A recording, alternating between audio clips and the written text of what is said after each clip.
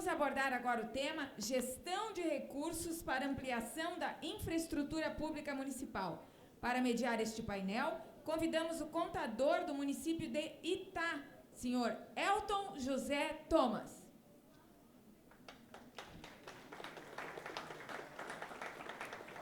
Como palestrantes, convidamos o presidente do BADESC, senhor Eduardo Alexandre Corrêa de Machado. E a consultora em concessões e PPPs da ANFRE, senhora Érica Reck.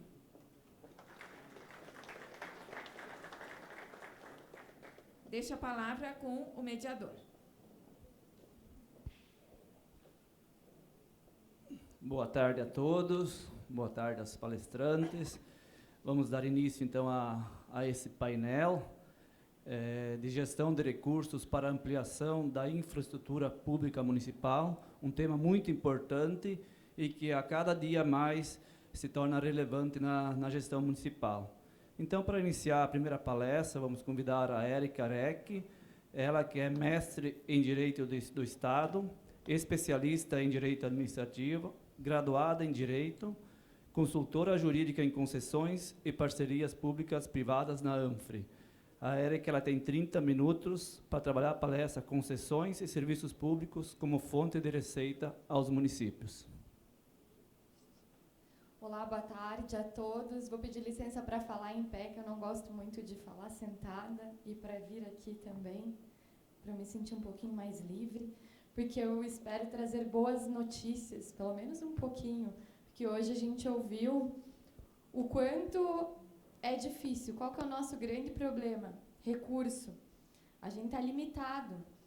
A fonte está secando cada dia mais, e cada dia mais nós temos mais e mais obrigações a serem cumpridas, né? E assim, eu não trago a solução de todos os problemas, infelizmente, mas quem sabe espero trazer um pouquinho de luz aqui para nós e para as nossas necessidades na área da saúde, na área da educação, na área da mobilidade urbana e em tantas outras áreas. Isso tudo que eu vou colocar aqui é um pouco também da experiência que a gente tem vivido lá na ANFRE. É um trabalho que começou ano passado, no dia 15 de janeiro.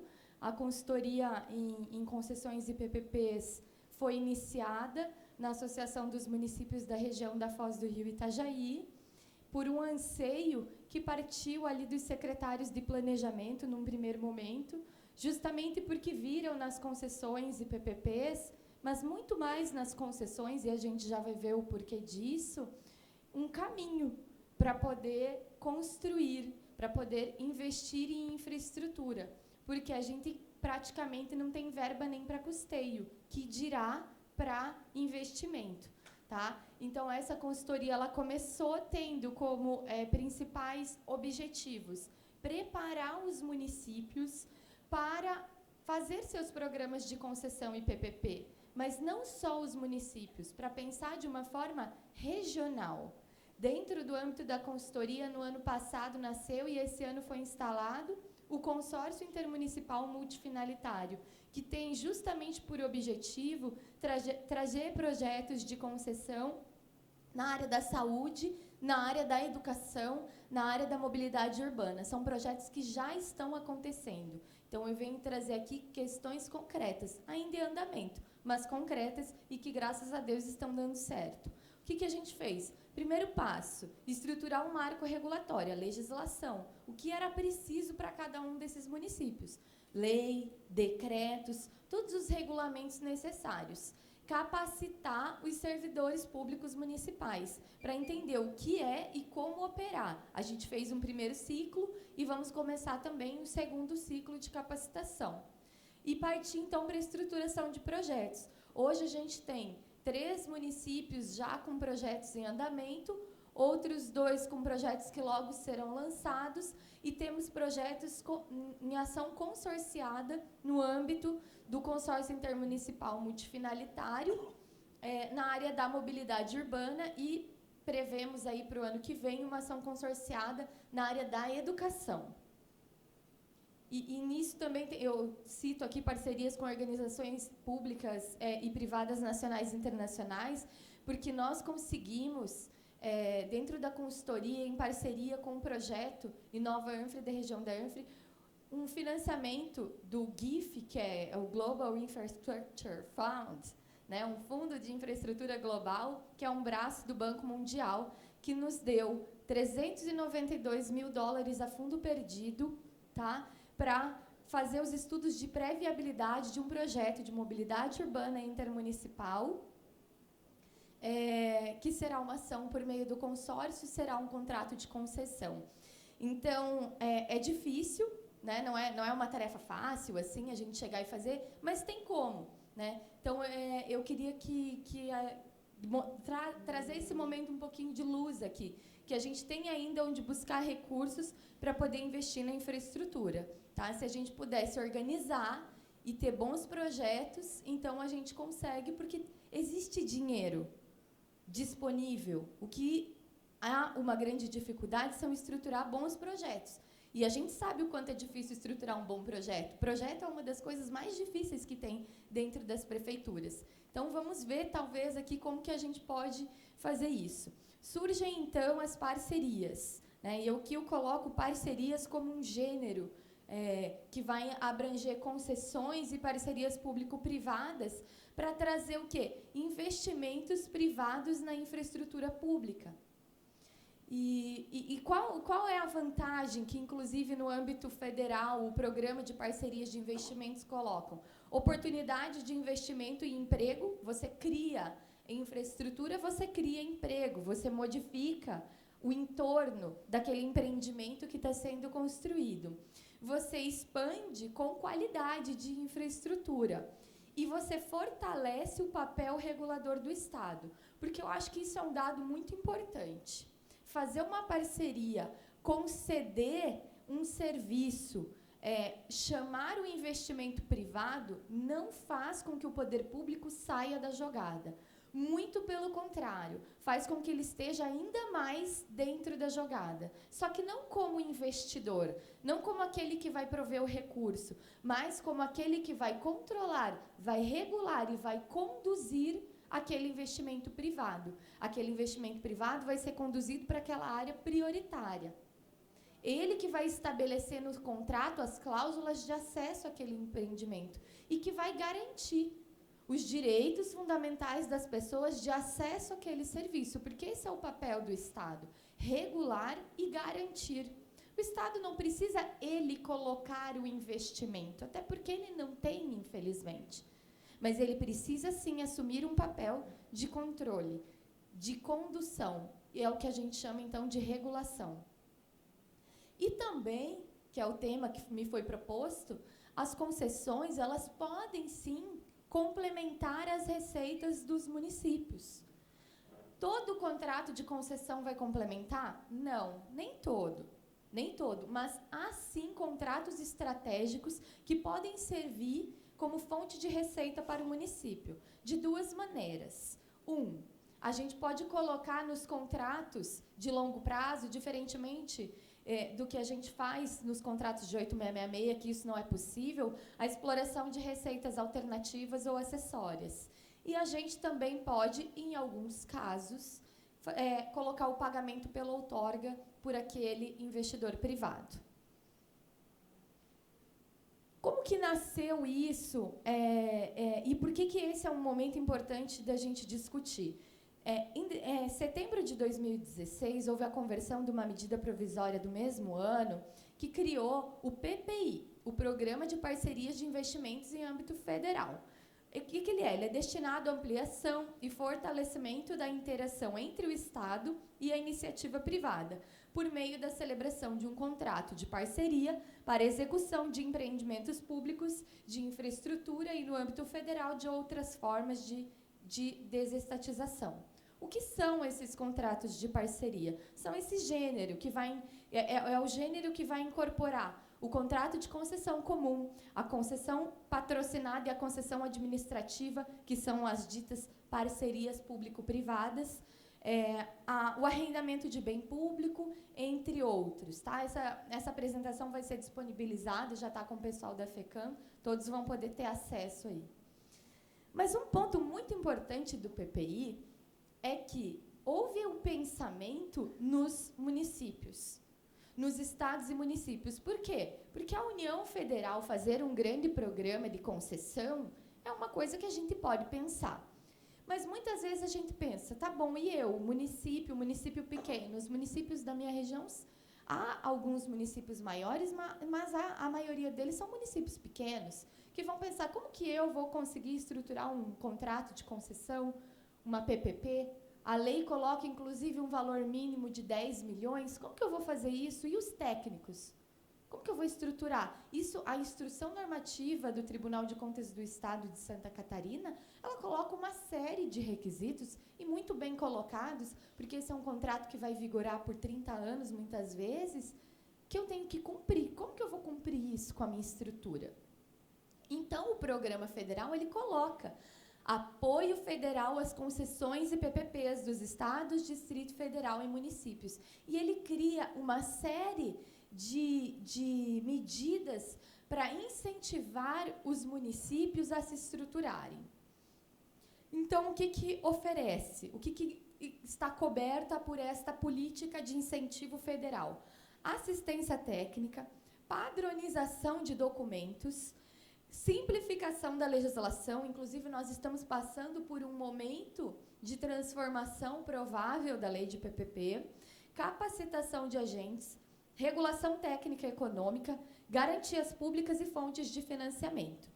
Então, hoje, a gente tem, dentro do BNDES e da Caixa, por exemplo, setores especializados para o apoio técnico a essas concessões e PPPs. Inclusive, lá na ANFRE, nós já estivemos com o pessoal do BNDES, nós já estivemos com o pessoal da Caixa, do BRDE, para tratar desse tipo de apoio. Eles também nos dão apoio ao contato com esses organismos internacionais. Né? No nosso exemplo, aqui trazer o exemplo de casa, a gente tem o apoio do Banco Mundial. Então, há sim um grande apoio. E um ponto muito importante que eu queria colocar para os senhores, e que eu acho que é o que viabiliza e torna mais factível essa possibilidade, são as ações consorciadas. Nós, municípios aqui em Santa Catarina, nós temos uma característica incrível, que é o municipalismo e que é o associativismo municipal. Isso é muito importante, porque nós já estamos organizados dentro de associações. Muitas delas já têm os seus consórcios municipais, outras ainda não têm, mas se você não tem, faça. Tá? E eu me coloco aqui à disposição para apresentar o nosso consórcio para isso, que é o SINANFRE, que é o Consórcio Intermunicipal Multifinalitário, para poder juntos alcançar esses grandes objetivos de infraestrutura na área da saúde, na área da educação, por exemplo. Nós podemos, sim, juntos construir escolas com um custo menor. Nós podemos, sim, juntos repassar para o parceiro privado tudo aquilo que não diz respeito à educação propriamente dita, mas a manutenção da escola, a vigilância da escola, a limpeza da escola. Nós podemos. E se a gente faz isso por meio de uma ação consorciada, o custo cai. Né? Então, isto é possível. Então, a gente tem um caminho muito pronto. E a lei, hoje, ela já permite que um consórcio público contrate uma concessão em PPP. O nosso ordenamento jurídico atual já permite também que faça operações de crédito. Nós já temos essa regulamentação pronta. E ainda, essa proposta de alteração da lei de PPP, ela traz exatamente a proposta de colocar ainda mais forte a ação consorciada. Porque se viu, aonde é que acontece o serviço público? Hoje, o nosso presidente, ele deu ele fez uma fala que ela é muito importante aqui para o meu tema, que é exatamente isso. O problema, o cidadão, ele vai atrás de quem? Do município, é na parte do município que ele bate. Então, não adianta eu fazer um grande programa de concessão federal se eu não pensar nos municípios, porque é lá que o problema se encontra. Então, quando ali a Gilmara comentou a atividade consorciada e fazer mais com menos são os grandes desafios diante de tudo que foi apresentado isso hoje.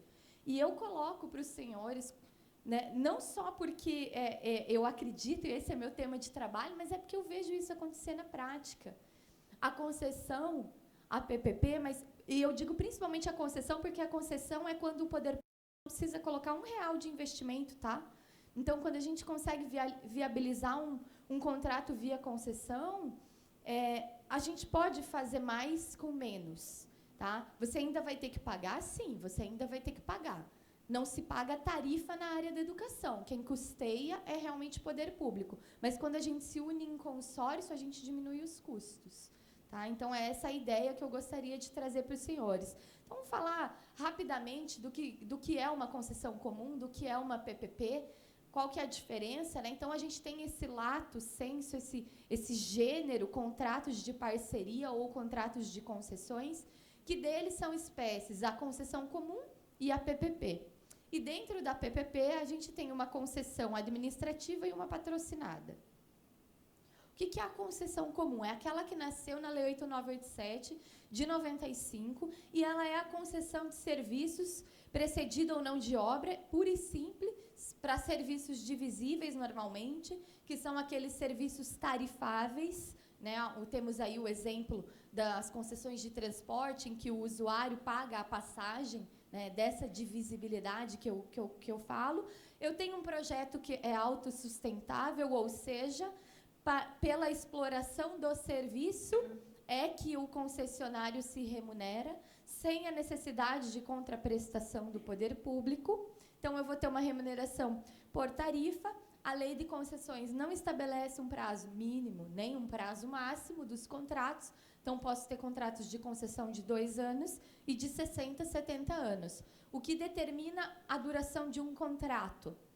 A questão econômico-financeira. Qual é o investimento feito e por quanto tempo o concessionário precisa ficar no contrato até que ele pague, né, ou tenha o seu payback, que a gente chama, então, que ele tenha o retorno daquele investimento que ele colocou no início do contrato. E ele não requer uma garantia pública. O poder público não precisa dar alguma garantia ao concessionário, uma vez que o concessionário não depende de remuneração do poder público.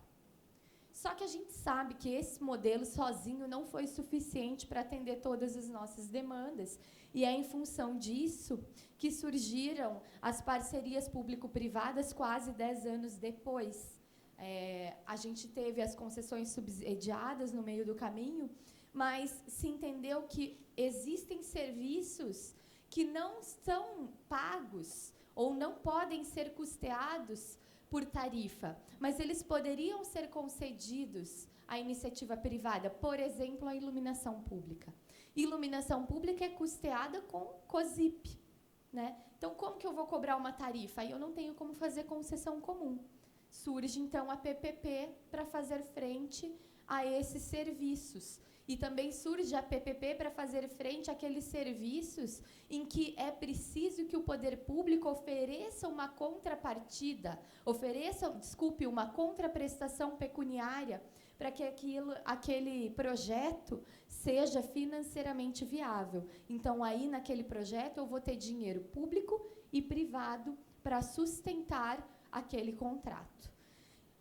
A concessão patrocinada, né, esse modelo que seria um modelo intermediário entre uma e outra, ela é similar à concessão comum, mas ela envolve adicionalmente à tarifa paga pelo concessionário uma contraprestação pecuniária. Então, ao final do mês, digamos assim, lá na conta da concessionária vai entrar dinheiro vindo da tarifa e vai entrar uma contraprestação paga pelo poder público. Ela serve para serviços que são divisíveis e podem ser remunerados por tarifa, combinados com serviços que não são divisíveis também. Então, eu tenho parte dos serviços remunerados por tarifa, parte dos serviços remunerados por contraprestação.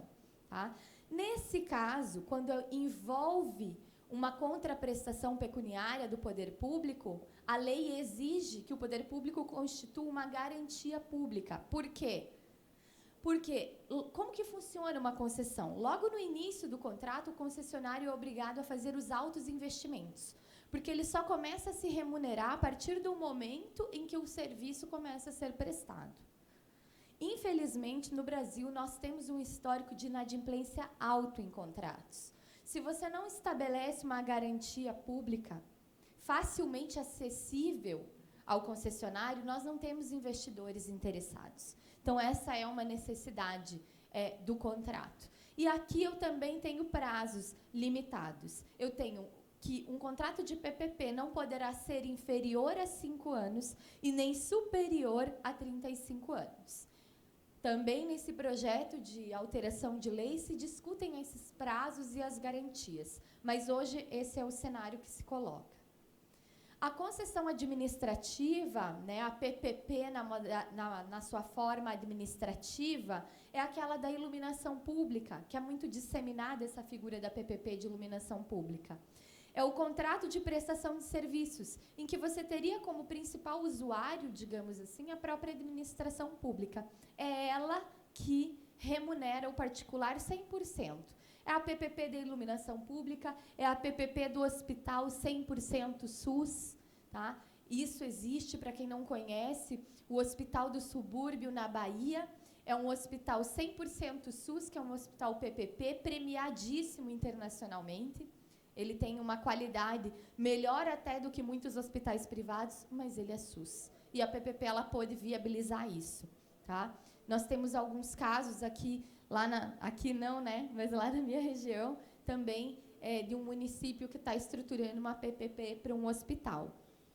E provavelmente seguirá nessa mesma maneira. Aqui, o particular é remunerado 100% pela contraprestação pública, então a gente precisa ver quais são os recursos públicos, quais são as fontes de recurso que vão lastrear esse pagamento para o concessionário privado ao longo do tempo. E daí você fala, tudo bem, se é o poder público que vai pagar, se tem que sair de fonte de recurso público, qual é a vantagem que você me dá em fazer uma PPP? A vantagem que eu te coloco aqui é a seguinte, aqui você pode financiar ativos a longo prazo, tá? Então, aqui você consegue pagar em 30, 35 anos algo, e é aí que sai a diferença. E não adianta, a gente precisa reconhecer que, muitas vezes, a gestão privada de um empreendimento acaba sendo mais eficiente do que a gestão pública, porque nós somos péssimos servidores? Não, bem pelo contrário, porque a lei é muito burocrática conosco. Nós temos muitas burocracias que encarecem o processo. Aqui não se fala em incompetência, aqui se fala em burocracia, que encarece o processo, nós sabemos, né? Então, eu tenho essas grandes facilidades, tá? O que pode ser objeto, então, desses contratos de parceria, das concessões comuns e da PPPs? Serviços públicos. Onde você enxerga um serviço público, você consegue pensar um contrato de concessão ou de PPP. Vale a pena fazer para tudo? Não, não vale, gente. Por quê? Porque eu tenho meus limites impostos pela lei, inclusive fiscais, de comprometimento de receita corrente líquida. Então, o que eu preciso fazer? Eu preciso fazer aquilo que eles chamam de pipeline, que é olhar numa linha todos aqueles projetos que eu tenho dentro do meu município ou da minha região e colocar uma linha de prioridades. Quais são as minhas prioridades? As minhas prioridades são essas. Então, são esses que a gente vai começar. E aqueles que podem ser pela via da concessão comum, a gente fica mais tranquilo, porque aquele não compromete receita corrente líquida, então dá para tocar. Eu não falei de uma coisa aqui que tá, porque é pouco tempo e muito assunto. Eu já estou ficando vermelho ali, mas eu tenho 7 minutos. Que é uma outra vantagem desses contratos, tá? A contratação dos projetos. A gente tem o apoio federal para você ir lá pedir que a Caixa, que o BNDES estruturem, ou que o Banco Mundial estruture projetos, que é uma ótima saída, mas eu também tenho a possibilidade de instaurar o que se chama de procedimento de manifestação de interesse, que é um chamamento que você faz para a iniciativa privada e fala, olha, iniciativa privada, eu preciso estruturar um programa de concessão em determinada área. Você tem interesse? Se sim, quer estruturar o meu projeto, então faça o seu melhor projeto, porque o melhor projeto que for vencedor, então vai ser quase como se fosse um concurso de projetos, tá? Aquele melhor projeto será licitado. E sabe quem vai pagar por isso? O concessionário. O poder público, o município, não terá custos com a elaboração desse projeto. O PMI é aplicável para tudo? Na teoria, sim. Na prática, não recomendo. Eu acho que a gente precisa ser estratégico ao utilizar o PMI. Então, há projetos, por exemplo, eu vou fazer um projeto de um mercado público, de uma praça, de um museu, de uma ponte. São projetos que o arquitetônico ele é muito relevante, ele é muito diferencial, de um parque, por exemplo.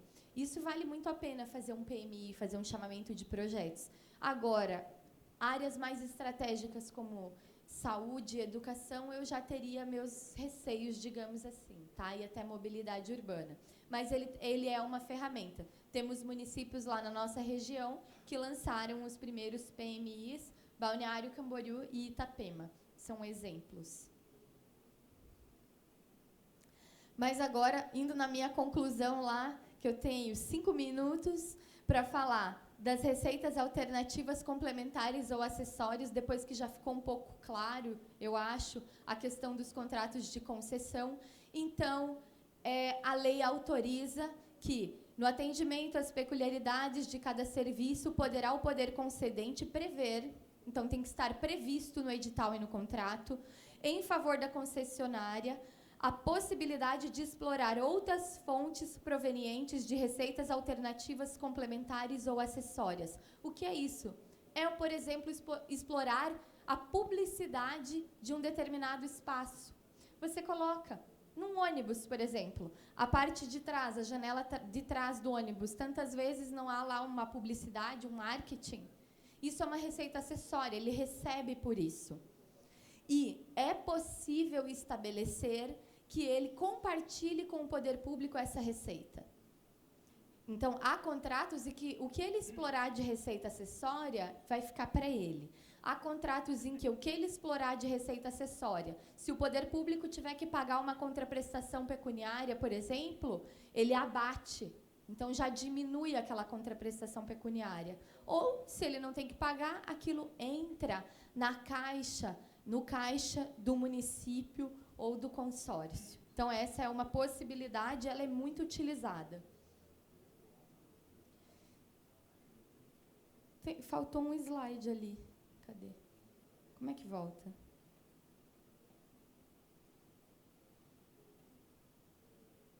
Tá, ficou trocado, então a gente pula, tá?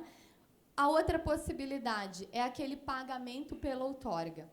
A lei prevê, como um critério de julgamento numa licitação para concessão, você colocar, por exemplo, aquele maior pagamento pela outorga, que seria um lance muito similar assim, ao que ocorre num leilão, digamos assim. Isso é possível? Isso é possível. Você prevê que o particular tem que fazer o maior lance na licitação ou que ele tem que te fazer um pagamento mensal ou anual do faturamento. Isso é possível? É possível, está coberto na lei. Agora, nós precisamos lembrar que não existe almoço de graça. O que ele cobra, ele precifica. Então, alguém vai pagar esta conta. Então, o que é importante saber? O pagamento pela outorga existe, ele é possível, mas a gente também precisa ser estratégico. Por quê? Porque o ideal é que ele se aplique aos casos em que há um uso remunerado pelo bem público. Então, por exemplo, uma licitação para conceder, como aconteceu em Balneário Camboriú, como aconteceu aqui também, um centro de eventos. Por quê? Porque, como diz a Maria Silvia Zanella de Pietro, ali para eu encerrar a apresentação, quando o particular utiliza privativamente o bem público em seu benefício, é justo que ele remunere o poder público pelo uso desse bem, ainda que seja para uma atividade pública, né? Agora, quando você vai falar de transporte coletivo, você colocar um pagamento pela outorga, você onera diretamente o cidadão. Mas quantas praças nós não temos? Quantos centros de convenções parques, atividades que nós podemos olhar para a nossa cidade e pensar, isso poderia ser concedido o uso e a exploração, aquele particular ia manter o bem e explorar o bem, e nesse caso eu ia poder também complementar aqui o meu orçamento, né, sem onerar pela prestação de um serviço como um serviço de transporte. Então, essas são as ideias que eu gostaria de colocar aqui para vocês. O tempo é curto, mas eu fico à disposição lá na ANFRE para a gente conversar e apresentar o que a gente tem feito até hoje. Mas eu acho que a gente pode concluir que as parcerias são um importante instrumento para viabilizar os projetos de infraestrutura nos municípios e nas nossas regiões, que há um apoio do governo federal e também dos organismos internacionais multilaterais para estruturar esses projetos, e que as parcerias podem, por meio das receitas alternativas e do pagamento pela outorga, incrementar a arrecadação dos municípios. E, dito isso, eu encerro e agradeço a todos pela presença e fico à disposição para os questionamentos. Muito obrigada.